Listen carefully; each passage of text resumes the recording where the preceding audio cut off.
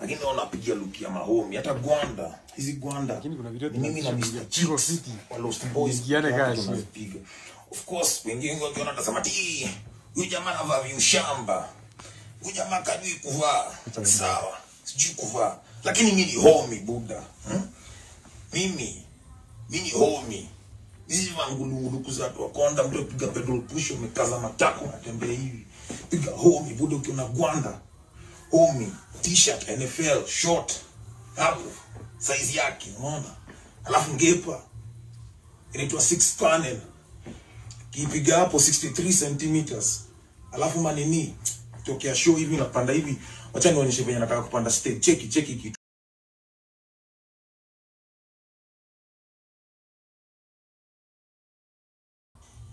Yeah. But nilikuwa nadhani alikola watu. Haka call mtu yote. Upenda kuavoid. Anapenda kuavoid call out msi. But si unajua ule best yake umcall out yeye mwenyewe. Unavaa sweatpants kutoka Monday mpaka Monday. Wewe kama mtu ako home si uache relax. Asi umse amekuwa akivaa sweatpants si hadi stage. Hadi stage. Umse amekuwa akienda hadi nini kwa madili zake kwenda kusign madili anaenda amevaa ma sweatpants. Na sasa so ajui kuvaa? Siundi mtu anavaa suit time anataka kama vile Nyashinski alisema. Najua anafaa vaa time anataka lakini ajui kuvaa. No. Sio vile Okta alimwambia ujui kuvaa. Sasa na vitu unavaa ni fake. Look at this thing, eh? Okta alisema hata kama mimi sijui kama ni ukweli, mimi sijui sija research. Alisema Timberland kala yake ni moja tu. Timberland the only color wako nayo ni moja tu na niyo gold. Yellow gold hiyo. So nani alikuwa na? Mtu mwingine mwenye amevaa Timberland ya kala nyingine, hiyo sio Timberland. Haya. OG amekuwa na Timberland ya blue. Timberland ya white. Timberland sijui ya pink. So okay. So that's not original shit. Haya na sweatpants. Timberland na sweatpants. Unaona? Jackie. Okay, here's the thing. So saa hii ndio yeye amekuja hapa amevaa kama mchezaji wa NBA. Hizi ni gani? Wewe unasema hapa hajadungia. Hapa? Bra. Bado kuna alafu nasikia kitu anasema. Eti mimi siwezi vaa zile mapedo pusha za watu wa konda ukivaa hivyo unakaza matako unatembea nika. So amegusia bila kuguza. Amegusia bila kuguza. Oh shit.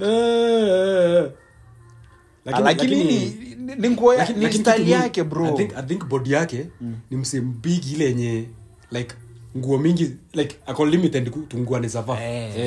Ako limited sana. Okay, kuna kitu pia unafaa. Unajua unakuwa mkonde hakuna nguo hizi va. Kuna kitu unafaa uelewe, kuna watu kuna msanii utapata fashion iko kwa kichwa.